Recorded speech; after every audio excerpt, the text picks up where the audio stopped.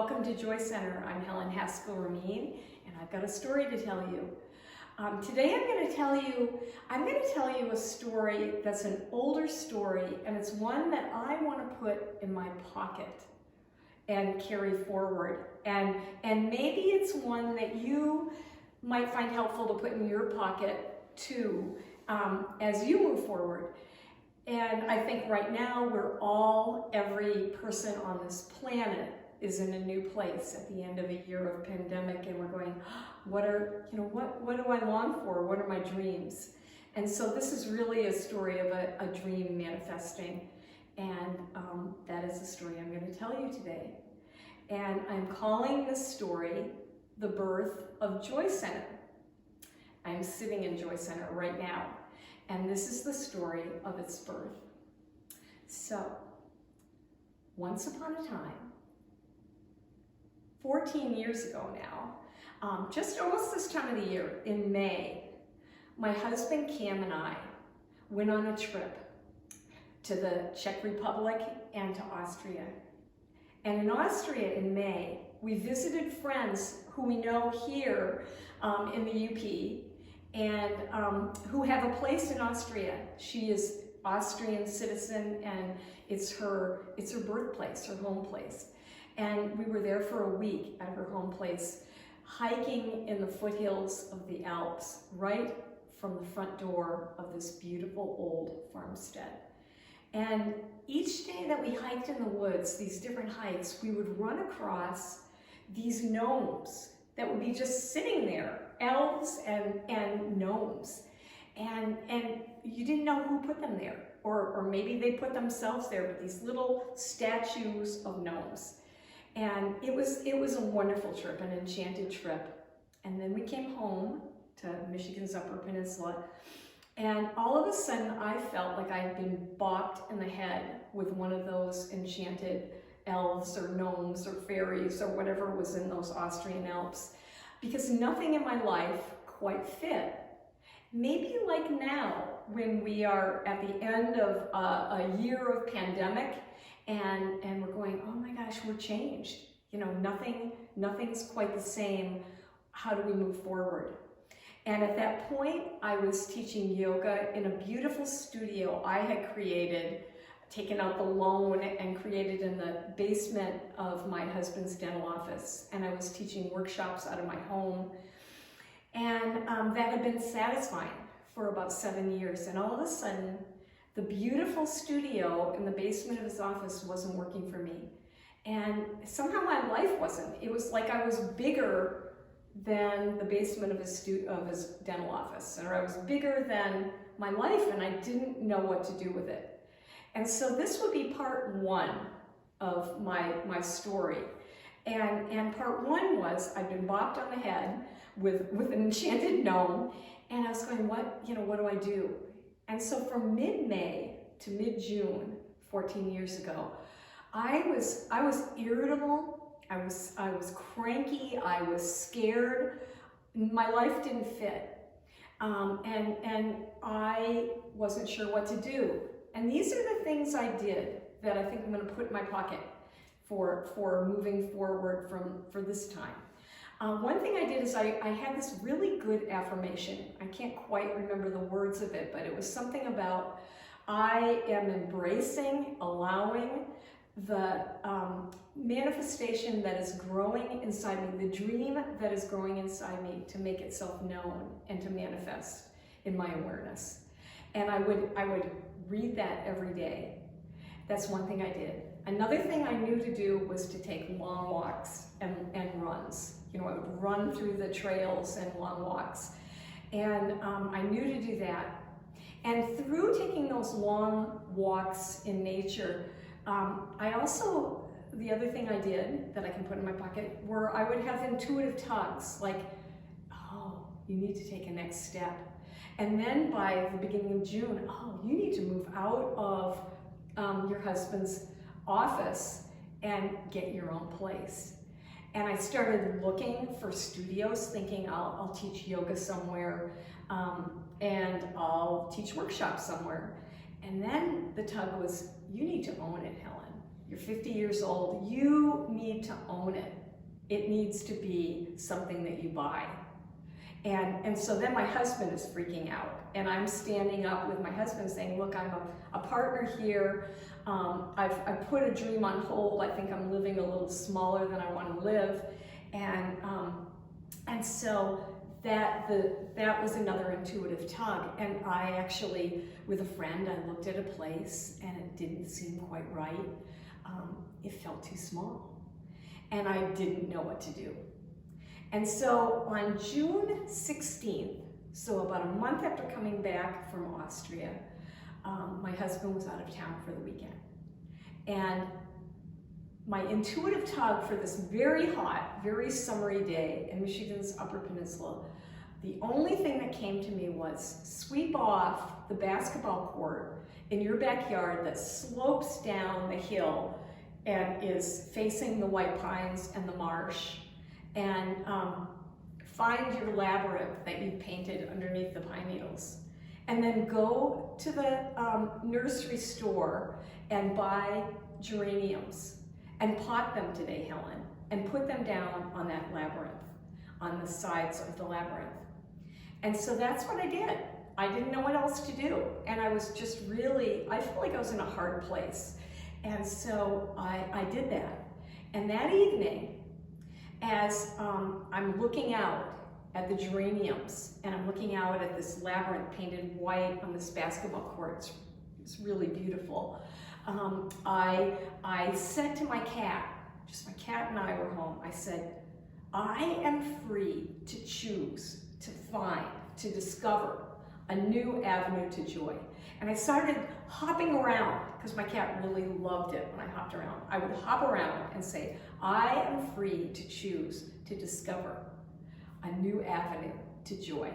And I said it, I think 5 minutes, and I'm kind of dancing around, and she's dancing around with me, and I looked out the window again at this labyrinth and the geraniums, and something, it was like that gnome in the woods bopped me in the head and said, Helen, you own that land.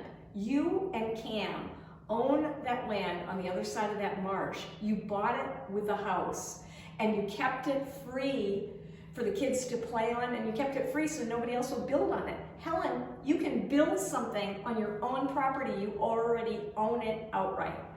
And I looked at my cat and I went, I can't believe it. I called a friend and I said, I think I'm supposed to build. And she said, oh my God. By the end of that conversation, it was clear to me whether I could afford a yurt, a little shack, I didn't know, but I was going to build on that land. It was just like that. And so I'm putting that in my pocket, that sometimes a dream is a long time in the making, and then in one fell swoop, it comes to you and you go, it becomes clear. And so this is the second part of this Joy Center birth story. So once I became clear, I think my husband, he was scared shitless, I will tell you. He was freaking with the financial part of this. And maybe with me stepping into my power more, maybe it scared him. And I think with me clear, he calmed down. I was clear. And so once I became clear, everything fell into place. I was able to go to our financial advisor, consultant, and he said, Helen, I think you can do it. I think you can do it. And then he said, and I was so scared, but I did it. I went to him, he goes, yeah. And we kind of figured it would be a simple structure, and you would maybe charge rent for things. It would work. And he said, I know just the person who could build that for you. I know a guy who is 22 years old, who has never built a house, but he built us the most awesome garage. You wouldn't believe it. He doesn't know how good he is yet. He hasn't quite stepped into his power. He built us this tree house that was amazing, and he gave me his name. And I called this guy who had gone to school with our kids, and he goes, yeah, I'd love to do that. And so that fell into place. And that summer, I started sketching out a plan. It became clear to me who has no architectural, or even, I didn't think, any skills at spatial type things. I thought, I know what it needs, I know what I want, and I sketched it out. And then I went to Menards, found a floor plan of a cottage that fit that plan.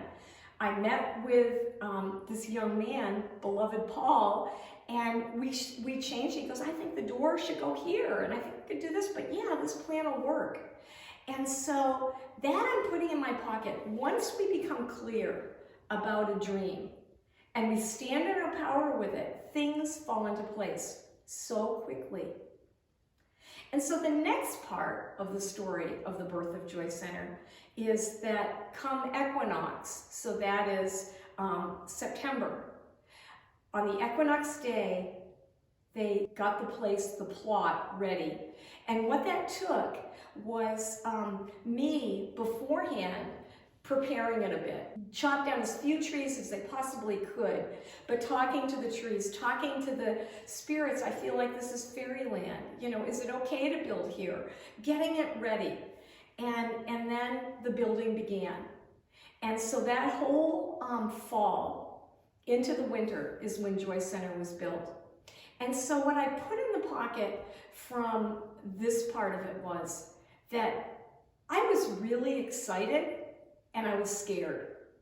I was scared every inch of the way, and I was excited every inch of the way. And what I'm putting into my pocket, I don't think we need to be quite as scared as I was 14 years ago with this dream. I think we can own our excitement, which is really the same vibration as our fear. And we can breathe into it and go, I'm really excited. But I was not quite as big as my dream. And so I didn't tell a lot of people. I didn't show the plot to a lot of people. I didn't show what they were building to a lot of people. I really kept it under wraps. And I thought the name of this place was going to be Little House. And that's what I called it. All fall, into the winter, and actually into the spring, this was Little House. And I could live with that. I wasn't quite grounded enough or big enough yet to hold the whole dream. And I think that's okay. I think maybe that's the way it always is. And I also emphasize that I think we can put into our pockets, we don't need to be as scared as I was scared. I think we can own it as excitement. So another part of that part of the story is, come December, I drove in after they were done working that day, and I sat there in my car in the dark of December with the lights of my car shining against the building. And at that point, the walls were up and the insulation was up, but the siding wasn't yet. And I looked at the insulation, I looked at the building, and I saw the words on all of the strips of insulation, breathe easy. And I went, oh my gosh, if that is not a sign for us to breathe easy into our dreams. And I think that really helped me. And thinking back to all this time, it was really fun. It was fun to work with Paul. It was fun each day to make a decision.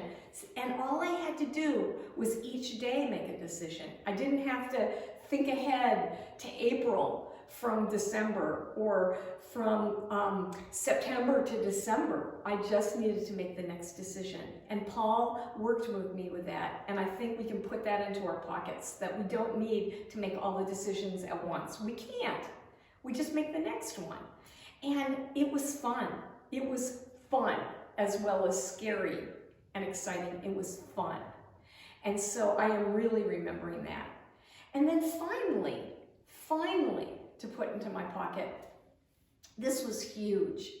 It was Don't Settle. This was going to be a yurt, which would be great. I'd love to have a yurt. But this was a bigger dream. It needed to fit more people than a yurt.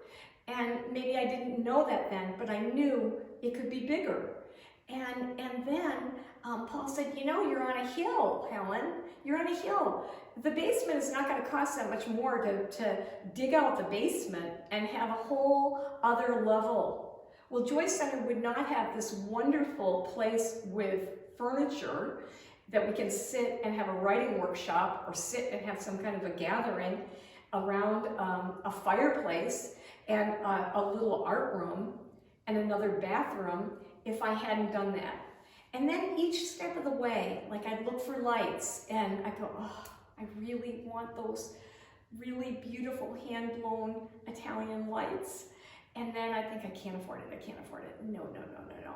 And then I go, don't settle, Helen. Don't settle. Don't settle with your dreams. Don't settle. So I say that to all of us now, don't settle. And I put that in my pocket. And so finally, I think I'm putting this into my pocket too. So finally, by March, Joy Center was whole enough, walls painted, and a wall in the kitchen painted this red that at first scared the shit out of me. I mean, honestly, it was like, whoa, I can't imagine not having that red wall. But it was like, oh, can we own that power? Finally, it's ready. It's ready by April, and it's really ready. We have banners up by June. And then I have a big opening, and I realized, oh my gosh, you know, by then it is called Joy Center come spring.